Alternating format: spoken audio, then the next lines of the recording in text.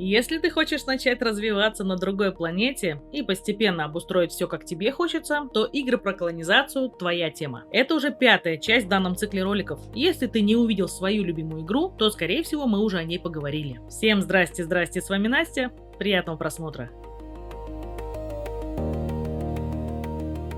Stellar Settlers Space Base Builder. Тебе предстоит взять под управление небольшое космическое поселение и построить базу на враждебной планете. Условия постоянно против тебя, ресурсов мало, а ошибки быстро приводят к проблемам, поэтому каждое решение нужно хорошо обдумать. Главная фишка – строительство не только вширь, но и в высоту. Ты соединяешь модули базы вертикально и горизонтально, продумываешь структуру, баланс прочности и эффективности. Тебе нужно добывать ресурсы, управлять поселенцами и адаптироваться к условиям каждой планеты. У всех миров свои особенности, катастрофы и ограничения. Приходится менять стратегию, подбирать подходящих людей и оптимизировать производство. Постепенно ты открываешь новых поселенцев с разными способностями, усиливаешь колонию и готовишься к следующему этапу. Когда планета становится слишком опасной, ты строишь собственный корабль и отправляешься дальше, чтобы начать все заново, но уже на опыте. Игра строится на цикле развития и повторения за счет процедурной генерации мира. Интересный факт. Вертикальные цепочки производства работают быстрее горизонтальных из-за расчета расстояний. Также обнаружились скрытые бонусы соседства между модулями. Энергосеть распределяется неравномерно, и дальние модули получают меньше энергии. В игре есть скрытая приоритетность распределения ресурсов системой, и расположение лифтов напрямую влияет на передвижение NPC и может как ускорить, так и сломать логистику базы.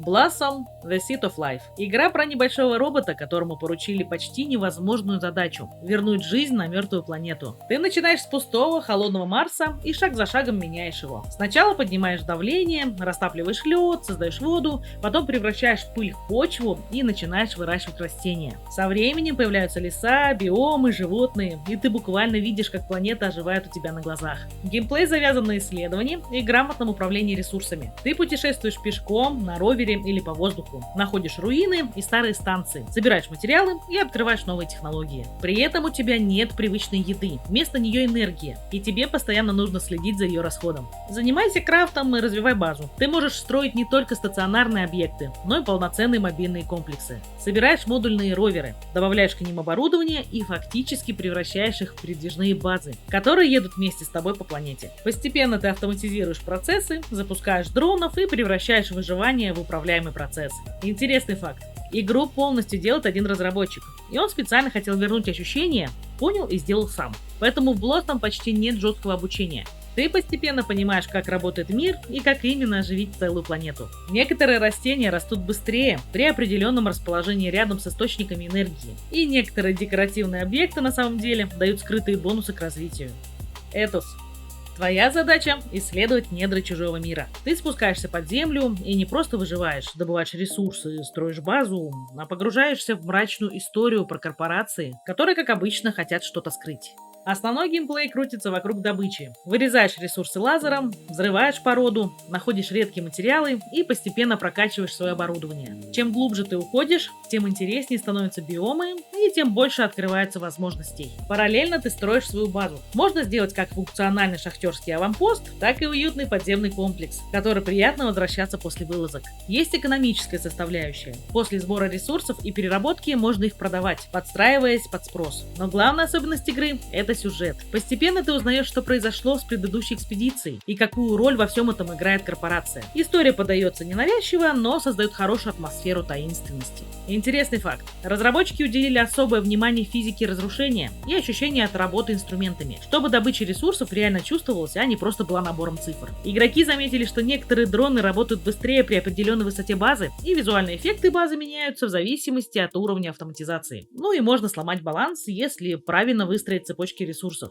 Гайды в помощь. Terraformers.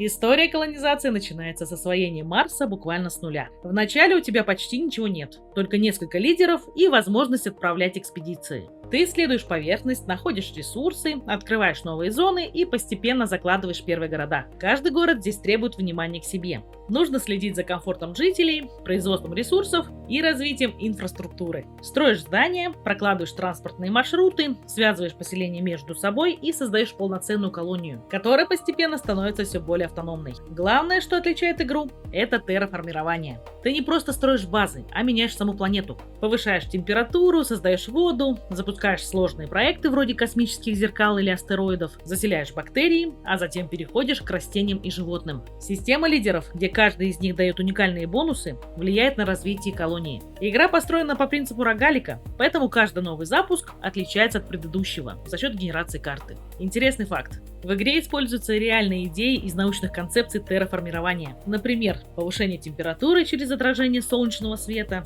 и создание атмосферы с помощью микроорганизмов. Поэтому многие процессы выглядят не просто как механика, а как упрощенная модель возможной будущей колонизации Марса. И еще игроки заметили, что правильная последовательность открытия регионов дает сильный буст для развития. Solar Expanse – Space Exploration Manager. Здесь ты не просто запускаешь ракеты, ты управляешь целой космической программой. Игра дает возможность возглавить компанию, которая начинает путь от первых запусков и заканчивает межзвездными экспедициями. Твоя задача – планировать реальные космические операции, отправлять аппараты, добывать ресурсы на астероидах, строить колонии и прокладывать маршруты между планетами. Каждый объект в космосе движется по своей орбите, и это важно учитывать при планировании полетов. Без расчетов можно потерять время, топливо и деньги. Также ты добываешь воду, металлы и редкие ресурсы. Используешь их для производства топлива, строительства и торговли. Можно наладить циклические миссии, создавать логистику между базами и даже подтягивать астероиды к планетам для добычи или терраформирования. Постепенно открываются новые технологии, корабли, модули и возможности для расширения.